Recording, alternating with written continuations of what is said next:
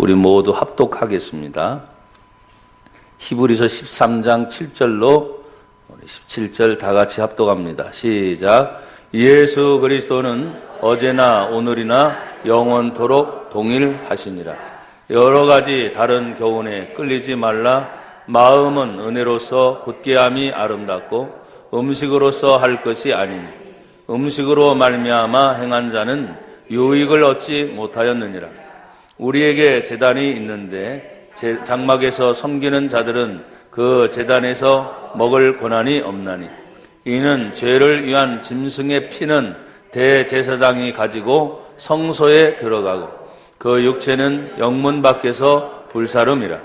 그러므로 예수도 자기 피로서 백성을 거룩하게 하려고 형문 밖에서 고난을 받으셨느니 그런즉 우리도 그의 치욕을 짊어지고 영문 밖으로 그에게 나아가자. 우리가 여기에는 영구한 도성이 없으므로 장차 올 것을 찾나니 그러므로 우리는 예수로 말미암아 항상 찬송의 제사를 하나님께 드리라.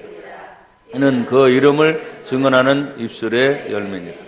오직 선을 행함과 서로 나누어 주기를 잊지 말라. 하나님은 이 같은 제사를 기뻐하시느니라. 너희를 인도하는 자들에게 순종하고 복종하라. 그들은 너희 영혼을 위하여 경성하기를 자신들이 청산할 자인 것 같이 하느니라. 그들로 하여금 즐거움으로 이것을 하게 하고 근심으로 하게 하지 말라. 그렇지 않으면 너에게 유익이 없느니라. 아멘. 할렐루야. 한번 따라 하십니다. 예수 그리스도.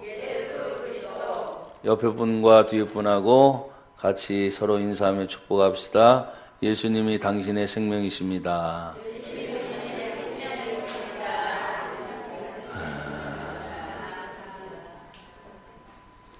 오늘 히브리서 13장 1절부터 전체까지 쭉 얘기를 해야 되는데 제가 중간에 잘라서 예수 그리스도는 어제나 오늘이나 영원토록 동일하시다. 세상의 모든 것은 변해요, 안 변해요? 다 변합니다. 사람들도 변합니다. 그래서 그 변하는 것에 대하여 어떻게 해서든지 얼굴도 좀 안 늙어 보이려고 화장도 하고 뭐 멋을 내보기도 하지만 어쩔 수 없이 사람의 모습도 바뀌게 됩니다. 시대도 마찬가지입니다. 참 우리나라 대한민국이 잘 살아요. 정말 잘 사는 나라입니다. 그럼에도 불구하고 여전히 빈부의 격차는 굉장히 있어서 앞으로 가면 갈수록 더 그런 격차는 벌어질 것이라 생각이 됩니다.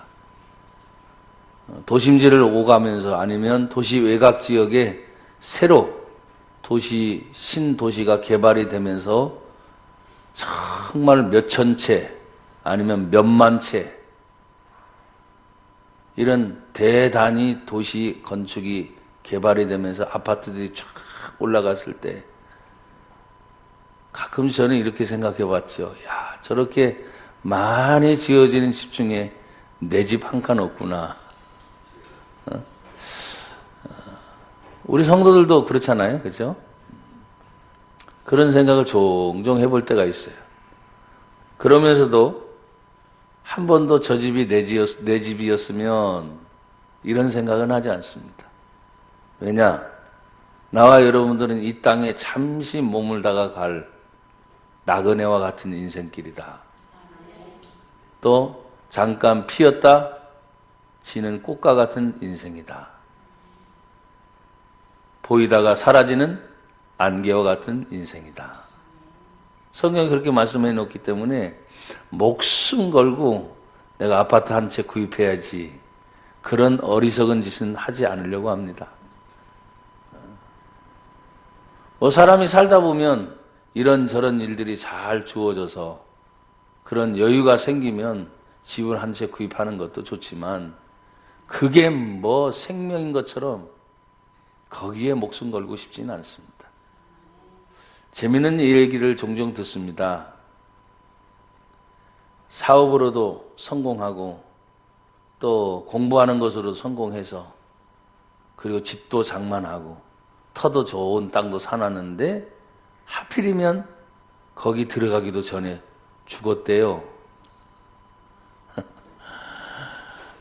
살만하니까 죽었대요. 그런 얘기 여러분 들어보지 않습니까? 저는 그걸 몇 번 들었습니다. 그렇다고 해서 그분이 살아온 것에 대해서 뭐 잘못됐다는 게 아니라 삶에 대한 목적이 과연 무엇이었을까? 나에게 진짜 유익을 주는 것이 무엇이었을까?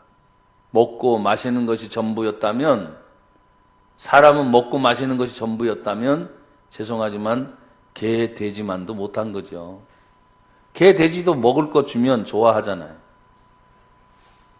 돼지 보십시오. 그 구정물 통이어도 먹을 거 잔뜩 갖다 주면은 그냥 머리부터 쳐들고 먹으면서 좋아하고 꽥꽥거리는 그 모습을 보면, 그리고 먼 훗날 얼마 되지 않아서 푸둥푸둥 살찌어가지고 그 돼지 어떻게 할 겁니까? 잡아먹을 것도 모르면서 그냥 먹을 것만 주면 그냥 구정물 통이든 뭐든 머리 쳐들고 죽을 생각도 못하고 그렇게 있는 거야. 마치 사람이 그런 걸 먹을 걸 위해서 사는 것이라면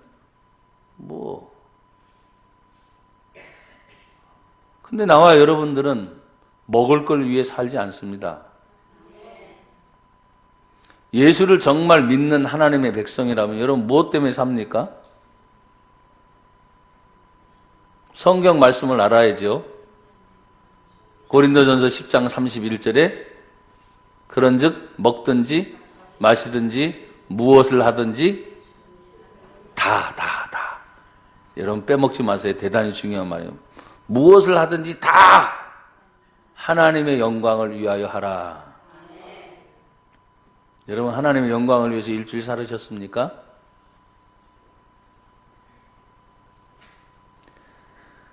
예수님은 어제나 오늘이나 영원토록 동일하시고 변함없이 우리를 사랑하십니다. 예수님은 변함없이 생명이십니다. 오직 예수만이 구원자이십니다.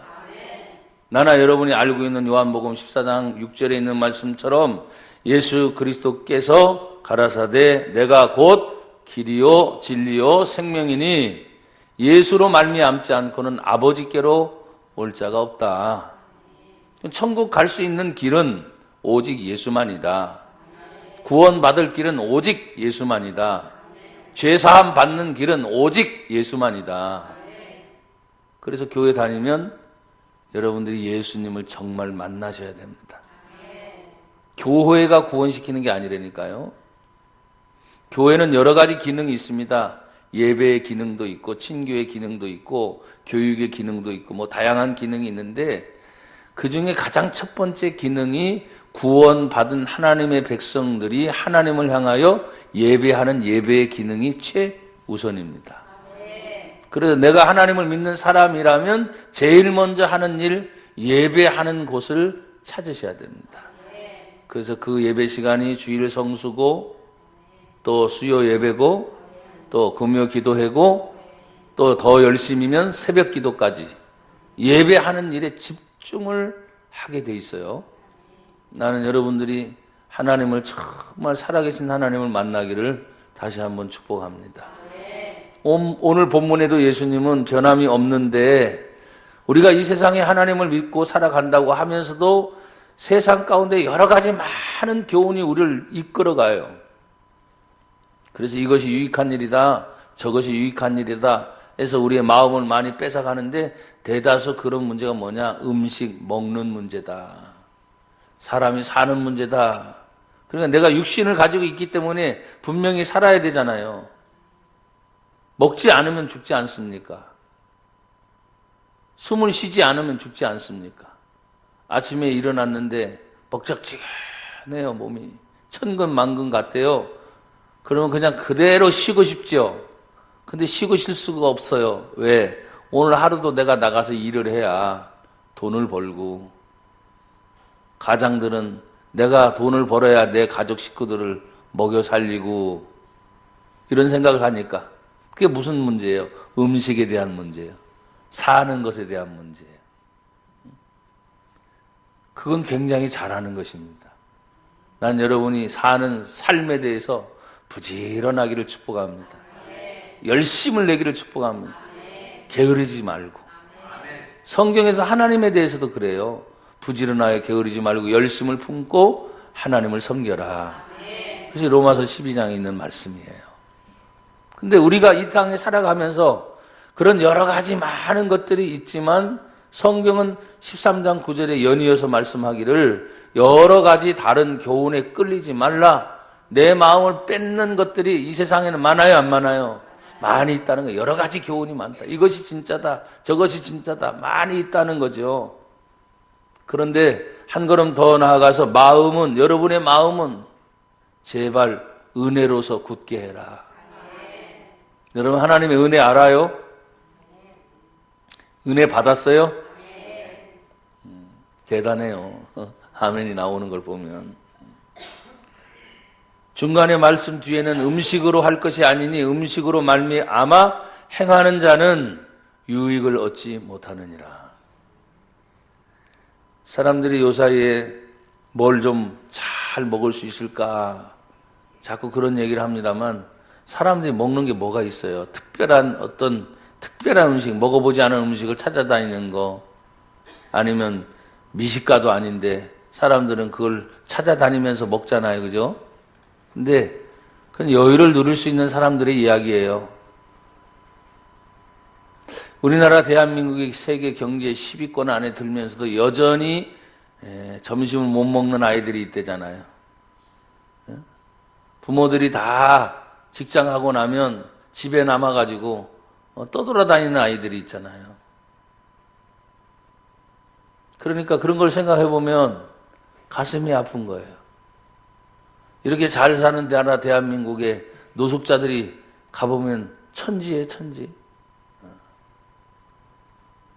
거지는 내 눈에 보이들이 사라진 것 같은데 여전히 동냥하는 사람들이 있어요, 없어요? 우리나라에 있는 게 아니라 미국에도 있어요. 세계 제일 잘 사는 나라에도 있어요. 근데 왜 그럴까 가만히 보면 사람들의 자신의 그런 성실성의 모습이라든지 삶에 대한 태도에 대한 모습이, 여러분 일을 하는 사람이 일을 멈추고 처음에는 일이 없기 때문에 굉장히 괴로워하다가 최소 이제 1개월, 2개월, 3개월 어느 정도 다니면서 노숙하면서 얻는 일들이 편해지잖아요. 그럼 그렇게 노숙자로 전락을 해버린대요. 누구도 타치받지 않고 눈치 보지 않고 뭐 씻는 것에 대해서도 뭐 누가 얘기하는 사람 없이 그냥 내가 편한 대로 사니까. 그래서 그런 사람들이 종종 있는데 우리는 생각하지요. 노숙자들이 못 배운 사람들, 무식한 사람들, 아주 버릇없는 사람들. 그런데 들어가 보니까 그렇지 않아요. 사업가들이 있었어요. 사장님들도 있었고 대학 교수도 있었고요.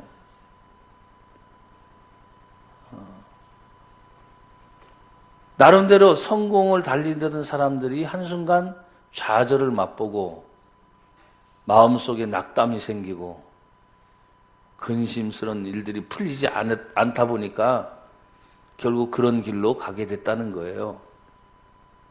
그래서 나름대로 사정이 있어요, 없어요? 있더라고요. 나름대로 사정이 있어. 근데 그런 사람들 가운데 다시 재기할 수 있는 사람들 중에 하나는 소생할 길이 열리면 그 사람들이 다시 힘을 내고 일을 할 수 있어요. 근데 성경은 예수님이 길이래잖아요, 길.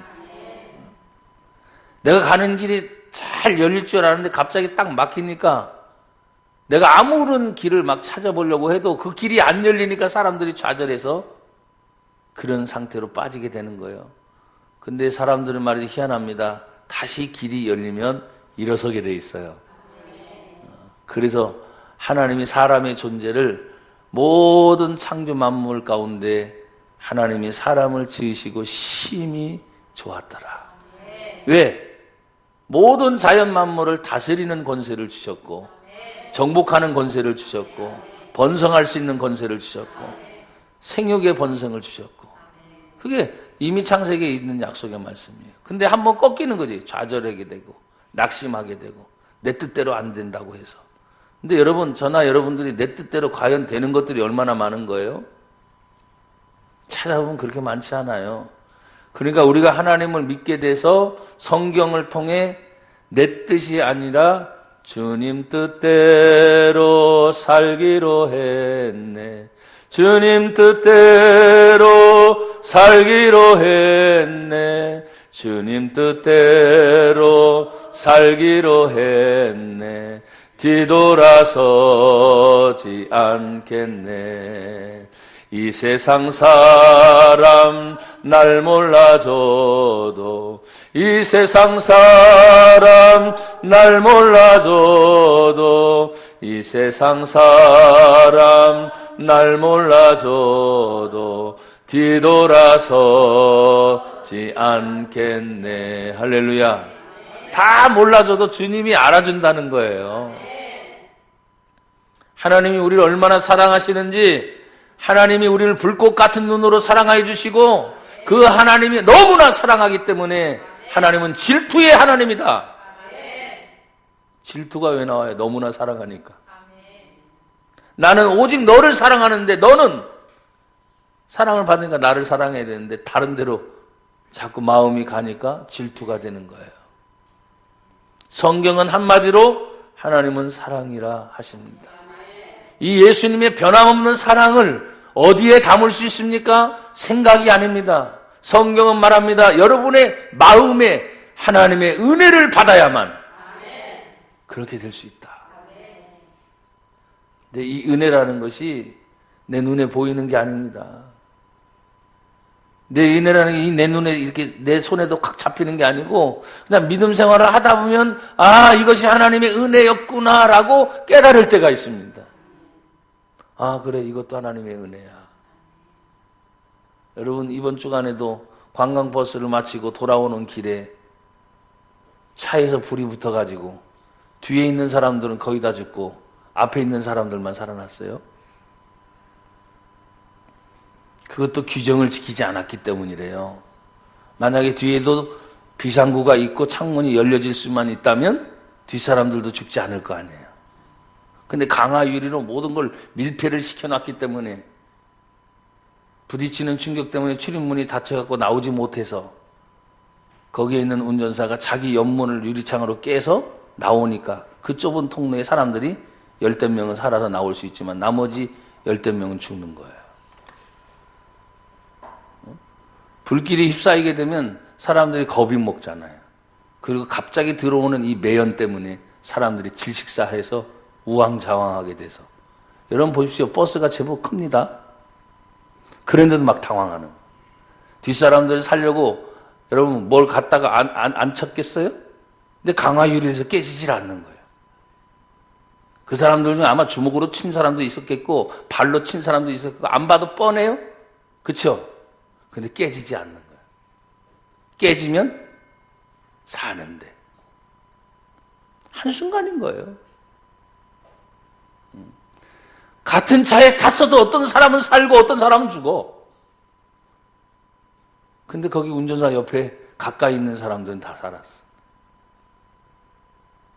탈출구가 열릴 수 있는 길을 열어줬기 때문에.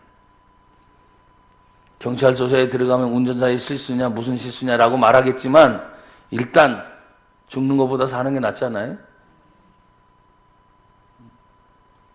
영혼 구원의 문제도 마찬가지입니다. 지금은 깨닫지 못하지요. 같이 살고 있으니까, 같이 자고 있으니까, 같이 밥 먹고 있으니까 괜찮아요. 그러나 어느 날 갑자기 죽으면 죄 사함 받지 못하면 그 사람은 모두가 다 지옥에 갑니다.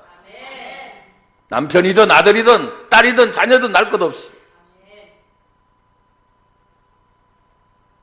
여러분 기억하셔야 돼요. 예수님만이 구원자이어서 그 예수님이 이 땅에 오셔서 죄사함의 문제를 해결해 주셨기 때문에 그래서 예수를 자꾸 얘기하는 거죠. 귀가 다 갔도록. 어느 날 갑자기 찾아오는 그런 위기의 상황이 나에게는 없을까요?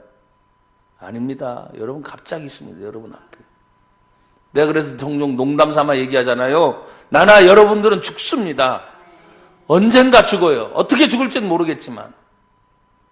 그런데 죽음이 있다 할지라도 나는 구원의 확신이 늘 있습니다. 오늘 내가 당장 죽어도 나는 예수 믿어서 죄사함 받았고 차를 타고 가다가도 죽을 수도 있고 운전하다가도 죽을 수 있고 또 잠을 자다가도 나는 일어나고 싶은데 이미 숨이 멎었어. 그럼 그 사람 죽은 거 아니에요? 잠자고 나서 일어나고 싶지 않은 사람이 어디 있어요? 그 순간부터 달라집니다. 시체라 그래, 시체. 숨을 쉬고 있는 사람은 아무리 아파도 뭐요? 시체라고 말하진 않아. 환자, 아픈 사람이라고 말하지. 그러니까 숨이 멎는 순간 아무리 건강한 사람이라도 시체, 그 순간부터 썩어지기 시작합니다. 그래서 그렇게 두지 못하고 냄새 나니까 빨리 화장하든지 매장하든지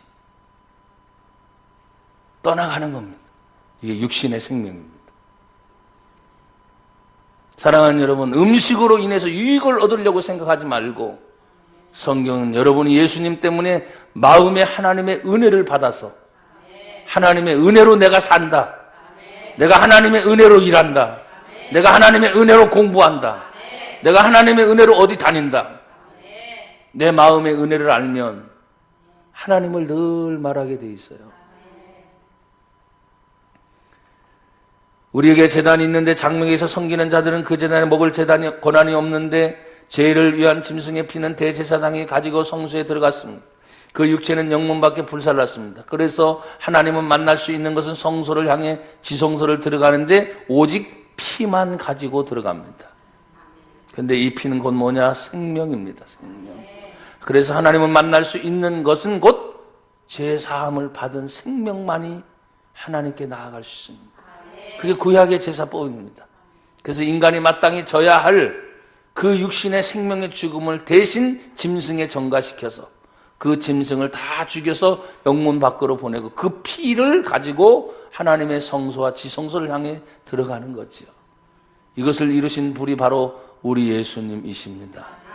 온 인류의 죄를 대신 지시고 십자가에 죽으신 것, 피를 흘리신 것, 물을 쏟으신 것, 그 육체를 찢으신 그 모든 사건이 오늘 성경의 12절에 그러므로 예수도 누구 피로서? 자기 피로서 백성을 거룩하게 하려고 성문 밖에서 고난을 받으셨다. 죽으셨다는 거예요. 죽으셨다. 그래서 여러분, 예수님은 변함이 없지만 크게 예수님 두 번째는 온 인류의 죄를 대신 지시고 예수님이 죽으셨다. 성도는 그래서 자꾸 죽이는 작업을 해야 됩니다. 여러분의 고집을 죽여야 됩니다. 여러분의 생각을 죽여야 됩니다. 여러분, 우리의 모두의 경험, 지금까지 살아오면서 저도 이제 50이 넘어가니까 나름대로 경험이 얼마나 많아요. 저는 가끔씩 지금도 생각하지만 다시 돌이킬 수 없는 일입니다. 지금 정도의 인격이고 지금 정도의 성품이고 지금 정도의 경험을 가지고 그때 20대 초반에 개척했을 때 얼마나 잘했을까. 근데 그때는 경험을 모르잖아요. 할 수가 없어요. 그럼 지나가면 끝이야. 그러니까 여러분과 나는 괜히 옛날에 그랬는데 제발 이런 생각하지 마세요. 옛날로 돌아간 사람은 단 한 사람도 없어, 지금까지. 그래서 기독교의 역사적 사과는 뭐라 그랬어요? 지금이 문제야. 지금도 못하면 계속 못하는 거고 지금 하면 할 수 있는 거예요. 그것이 지금이에요. 지금. 앞으로의 문제고. 여러분, 그 예수님이 죽음을 통해서 당신의 백성들을 거룩해 하려고 자기의 피, 예수의 피, 예수님의 보혈이라 그러잖아요. 흠이 없고 점없는 예수의 거룩한 보혈의 피로 우리가 죄 사함을 받았느니라. 그러면 우리는 어떻게 해야 되겠습니까? 이런 예수님이 성전 안에 있는 것이 아니라 영문 밖에 있었다는 거예요. 치욕을 당하신 거죠. 부끄러움을 당하신 거죠. 근데 우리가 예수를 믿으면서 지옥을 당하든지 부끄러움을 당하려고 하면 사람들로부터 괜히 내 자존심이 용납하지 않아요. 그러나 여러분, 그냥 참을 때도 있어야 됩니다. 여러분 13절 한번 같이 읽어볼까요? 13절 시작. 그런즉 우리도 그의 치욕을 짊어지고 영문 밖으로 그에게 나아가자. 아멘. 그분의 치욕을 짊어져라. 내가 져야 할 십자가 외면하지 말고 그 치욕을 지고 영문 밖에, 그 말의 의미는 예수님 계신 곳을 찾아라 이 말. 예수님은 어디든 계시잖아요. 근데 예배 중에는 우리가 집중해서 하나님의 성령의 인도를 받아 은혜를 받고 이 은혜 받은 것을 가지고 여러분의 집으로 돌아갑니다. 여러분의 삶의 현장으로 돌아갑니다. 그래 잃어버릴만 하면 내가 예배 때 은혜 받았던 그 말씀, 하나님의 성령이 생각나게 하시고 하나님의 성령이 기억나게 하시고 내가 지쳐있을 때 너 그렇게 지쳐있으면 안 된다. 내가 너와 지금 함께 하지 않냐. 일어나라. 내가 함께 한다. 여러분 이 땅에 사는 동안 이 세상에서는 하나님 앞에 영구하게 세워질 도성, 하나님이 거룩하게 받을 예배당은 존재하지 않습니다. 왜? 미완성이거든. 그래서 이 세상에 있는 것을 하나님의 교회를 영적 전투의 현장이래. 전투적인 교회라 그래. 이 세상에는 그냥 영적 전쟁에서 계속 싸워야 되는 곳이기 때문에 완전한 하나님의 도성, 완전한 하나님의 교회는 바로 하나님의 나라에 있습니다. 그래서 우리가 그곳을 향해 가고 있는 거예요. 그럼 이게 보여진 이 땅의 것을 보면서 우리는 거룩한 하나님의 나라를 생각해야 되니까 이것이 하늘의 모형이구나. 그럼 어떻게 가꿔야 될지를 우리 생각해야 되잖아요. 세상적으로 교회를 갖고서는 안 되죠. 투자의 의미로 교회를 갖고서는 안 되죠. 교회들이 말입니다. 큰 교회들 너무너무 많은 돈들이 넘쳐나니까 이 사업 저 사업 많이 벌립니다. 잘못된 것도 아니에요. 어떻게 보면 그것을 처음부터 그런 의도는 아니었기 때문에 그걸 가지고 더 많은 사람들을 도와주고 할렐루야 나눠주고 아멘 선한 사업을 하고 하나님의 영광을 위해 쓰이는 거 모두가 다 그렇게 시작했을 것입니다. 그런데 이것이 점점점 많아지는 거예요. 여의도 순복음교회 가서 그럴 수 있겠구나. 여러분 말로 들었던 거하고 보는 거하고는 차이가 있잖아요. 그래, 그럴 수 있겠구나. 어떤 큰 교회든지 처음부터 개척하지 않은 교회는 없잖아요. 처음부터 느닷없이 큰 교회는 없잖아요. 근데 하나님의 말씀을 보면 내 시작은 미약하였으나 내 나중은 심히 창대하리라. 그 말씀 그대로 살아있는 하나님의 교회를 본보기로 하나님의 세상까지 빛으로 쫙 드러내는 거예요. 도저히 인간의 힘으로는 할 수 없는 일들이 우리들 주변에 많이 보여지는 거예요. 그것이 어떤 사람에게는 개인에게도 나타납니다.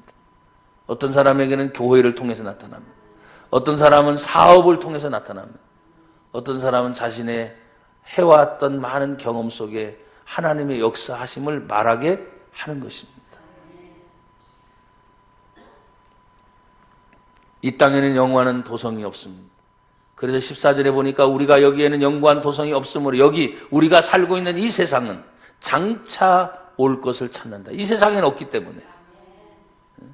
그런 장차 오게 될 나와 여러분들이 그 주님 앞에 서게 될 그날을 생각하면서 그럼 어떻게 살아야 될 것인가를 얘기하고 있어요.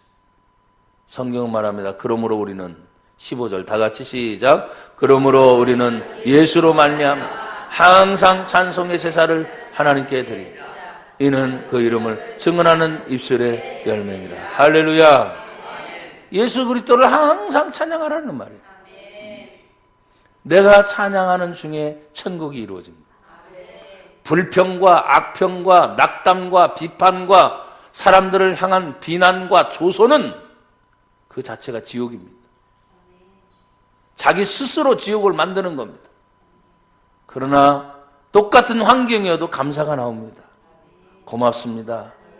그리고 자신의 잘못을 깨달을 때는 죄송합니다. 미안합니다. 바로 깨닫는 거죠. 오늘 성경은 예수로 말미암아 항상 하나님께 찬송의 제사를 드려라. 그게 천국이 이루어지는 거예요. 여러분 예수님이 십자가에 죽으시면서 하신 말씀 십자가상에 7마디 말씀이 쭉 나오잖아요. 가상칠언이라고 보십시오. 지금 십자가에 못 박혀서 죽어 가시는데 그 모든 말씀을 보세요. 미움이 있었습니까? 죄 없이 죽어가는 그 예수님이 자기를 쳐다보고 있는 수많은 사람들을 향해서 불평과 원망이 있었습니까? 없으셨어요. 도리어 저들이 하는 일을 모릅니다. 하나님 저들의 죄를 용서해 주십시오. 아버지, 내 영혼을 아버지께 부탁합니다. 여러분, 피와 물이 쏟아져 빠져나가니까, 수분이 빠져나가니까 여러분요, 그 한낮의 태양이 아무리 가렸다고 해도 팔레스타인 지역은 뜨겁습니다. 덥습니다. 낮 12시부터 오후 3시까지 생각해보면 십자가에 매달려 있는 그런 시간이시거든요. 그러니 목마르다. 내가 목이 마르다는 거예요. 사랑하는 여러분, 우리가 예수님을 생각할 때 그 예수님은 죽으시면서까지도 단 한마디 원망하지 않고 불평하지 않고 도리어 자신의 육신의 어머니를 걱정하고 하늘 아버지의 마음을 담고 온 인류의 사람들을 향하여 죄 없음을 주여 용서해 주십시오.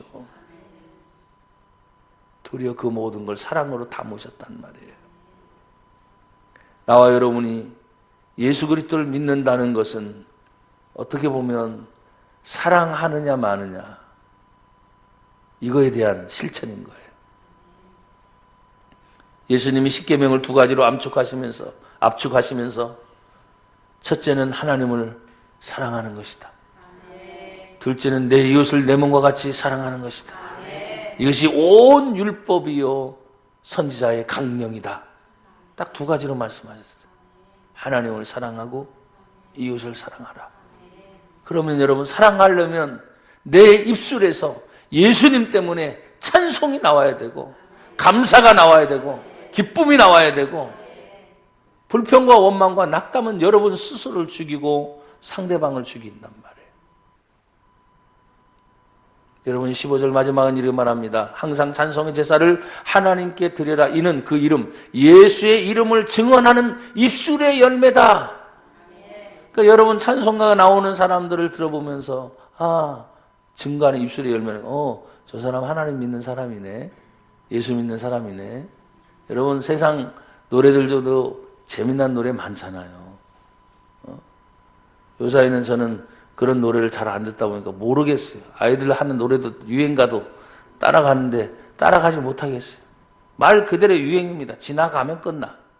그런데 하나님을 찬양하는 노래는 100년이 지나도 1000년이 지나도 찬송이에요. 찬송. 하나님을 찬양하니까. 여러분 우리가 부르고 있는 이 찬송들이 수백 년씩 된 찬송이 있는 거 아시잖아요. 그냥 하나님을 찬양하는 소리예요. 그럼 변함이 없어. 나나 여러분들이 내 입술에 세상 것 담기보다는 하나님을 찬양하는 찬양의 소리가 끊이지 않기를 주의 이름으로 축복합니다. 그럼 날마다 노래만 부르고 다니라는 거 아니요. 찬양의 입술은 감사라는 거. 감사. 감사합니다. 감사합니다. 여러분 어떤 때는 말이죠. 무얼 감사해요 목사님? 이런다고 모르면 그냥 감사합니다 해. 모르면 감사합니다 하라고 그냥. 그래서 그냥 습관처럼 감사합니다. 제가 그러거든요. 그러다가 갑자기 내가 뭐 때문에 감사하지? 그렇지 이거구나 저거구나. 근데 원망하고 불평하는 속에는 절대로 감사가 안 나오거든요. 그리고 이제 마지막으로 우리에게 부탁합니다. 16절에 보면 오직 선을 행함과 서로 나누어 주기를 잊어버리지 말아라. 하나님은 이 같은 뭐라 그랬어요? 선을 행하는 것도 제사고 나누는 것도 제사고. 제사는 오늘날 예배잖아요. 그러니까 모여서 우리가 드리는 예배만 예배인 줄 알고 생각하면 이거는 여러분이 초보 단계에 머물러 있는 거예요. 진짜 예배는 우리가 이렇게 하나님 앞에 모여서 회중 집회 예배로 모이고 난 다음에 여러분이 가서 예수님의 이름으로 사랑을 실천하는 것이 하나님이 받으시는 예배다. 선을 행하는 것이 예배다. 나누어 주는 것이 예배다. 그것을 지금 성경에 말해주고 있는 거예요. 그러니까 예배는 곧, 제가 그래서 여러분의 말에서 예배는 곧 여러분의 생활이다. 그 예배의 생활이 계속되면 될수록 예배를 드리는 사람이 원망하겠어요? 불평하겠어요? 미워하겠어요? 어두움이 틈탈 수가 없는 거죠. 저도 여러분들이 어쨌든 아시기에 상당히 이제는 대접을 받을 만한 위치에 와 있습니다. 그렇지만 다 대접받지는 않습니다. 항상 제 나름대로는 섬기면서 다닙니다. 지갑 열기 좋아하고 먼저 가서 계산하기 좋아하고. 그런데 여러분 그거 꼭 하나님이 또 보시고 다시 언젠가는 또 다 돌려주셔요. 손해보는 법이 없어요. 참 신기하시죠? 그 말의 의미는 뭐냐면 하나님이 다 보고 계세요. 여러분 어떤 사람은 크게 쓰는 거 한턱 내가 내지. 예, 좋습니다. 있을 때 하십시오. 없을 때도 만들어서 하십시오. 근데 자그마한 거 하려고 할 때도 인색하지 마세요. 성경은 헌금조차도 말하지 않습니까? 즐거운 마음으로, 감사한 마음으로. 억지로는 하지 말라는 거예요. 인색하는 마음으로도 하지 말라는 거예요. 저는 언젠가 우리 성도들에게 늘 그런 자세로 말했기 때문에 억지로 할 거 왜 하냐? 하지 말아라. 부담이 되면 왜 하냐? 하지 말아라. 근데 하나님의 성령이 나를 통해서 자꾸 하시게끔 하신 때가 있어요. 우리가 성령의 감동이라 그러잖아요. 그때 여러분들은 힘다서 하나님 도와주십시오. 내가 하겠습니다. 그럼 길을 열어주세요. 하나님이 기뻐하시는 제사. 우리가 예수님을 통해서 선한 사업을 자꾸 하는 거예요. 근데 앞에 단서가 있잖아요. 오직 선을 행하는 거 알아요, 몰라요? 안다는 거거든요. 나눠주는 거 알아요, 몰라요? 안다는 거거든요. 근데 뭐예요? 잊어버린다는 거예요. 할 수 있는데도 잊어버린다는 거예요. 이게 이제 문제인 거예요. 나나 여기 있는 모든 분들이 선을 알아요, 몰라요? 알아요. 어떻게 할지 알아요, 몰라요? 섬기는 거 알아요, 몰라요? 나누어주는 거 알아요, 몰라요? 봉사하는 거 알아요, 몰라요? 헌신하는 거 알아요, 몰라요? 누구 때문에 합니까? 근데 우린 종종 그렇지 않잖아요. 그러니까 문제인 거예요. 잊어버렸어, 금방. 누굴 잃어버린? 예수 그리스도를 잊어버린 거예요. 내가 구원받은 것이 예수님 때문인데 그 예수님께 감사해서 봉사하고 희생하고 헌신하고 나누고 섬기고 이 모든 것이 똑같이 하나님이 기뻐하시는 제사라고 말했는데 이렇게 모여서 예배드리는 것만이 제사가 아니고 그 제사를 여러분들이 잃어버리니까 불균형이 일어나는 거예요. 여기서는 이렇게 모인 회중 집회 중에서는 말씀을 통해 은혜를 받았는데 삶의 또 다른 제사에서 뻥뻥가 퍽퍽퍽 나기 시작하는 거예요. 그게 연결이 안 되는 거예요. 연결이.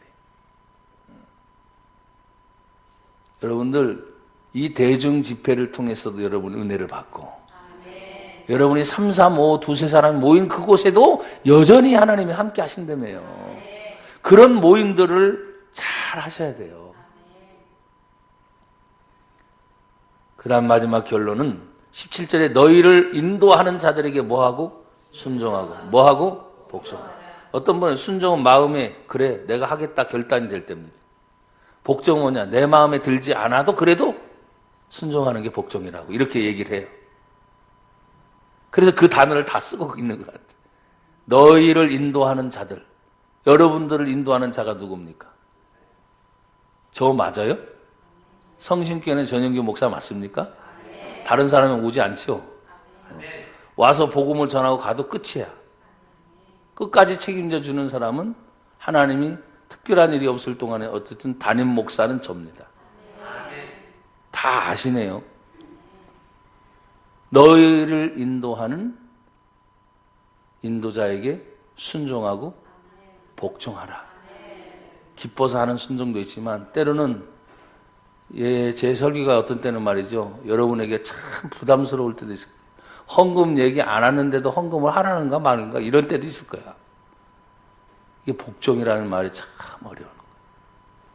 나는 제 자신이 다니면서 헌신하고 봉사하고 희생하는 걸 요즘에 제가 어제도 어느 사업체에 가서 얘기를 했지만 나 지금 목숨 걸고 다닌다. 나 지금 생명 걸고 다닌다. 언제 어떻게 하나님 나 불러가실지 몰라. 그러니까 정신 바짝 차리고 복을 받는 것이 뭐냐? 복을 받는 것이. 그래서 내가 그렇게 신방 예배를 드린 것도 있는데 어제는 제가 좀 세게 예배를 드렸어요. 진짜 복이 뭐냐? 예수 믿는 걸 놓치면 안 되잖아. 구원 받는 걸 놓치면 안 되잖아. 우리가 하나님 앞에 순종하고 복종하는데 성경은 그들을 인도하는 그 마음의 자세가 그들은 너희 영혼을 위하여 경성하기를 자신들이 청산할 자신의 문제처럼 생각한다는 거예요. 여러분의 가정의 문제를 목회자는 내 문제처럼 생각한다는 거예요. 모든 일어나는 문제들을 그런 마음의 자세를 있어요. 제가 외부 활동을 많이 하다 보니까 우리 목사님 밖에 활동이 너무 많아. 이런 경우도 있잖아요. 밖에 가도 늘 생각은 우리 교회잖아요. 또 우리 성도들 항상 그런 마음의 자세를 갖고 있습니다. 근데 성경이 이렇게 말합니다. 그 일을 할 때 즐거움으로 하게 하고 근심으로 하게 하지 말아라. 그렇지 않으면 유익이 너희에게 없지 않냐. 즐거우면 여러분 얼마나 좋아요. 근데 근심이 있으면 근심 섞인 마음이 여러분에 전달이 되니까 여러분에게 유익이 안 된다는 거죠. 사실 저는 참 감사하게 다닙니다. 목사님들이 그렇게 질문을 할 때 난 참 행복한 목사입니다. 너무 감사합니다. 이렇게 다녀요.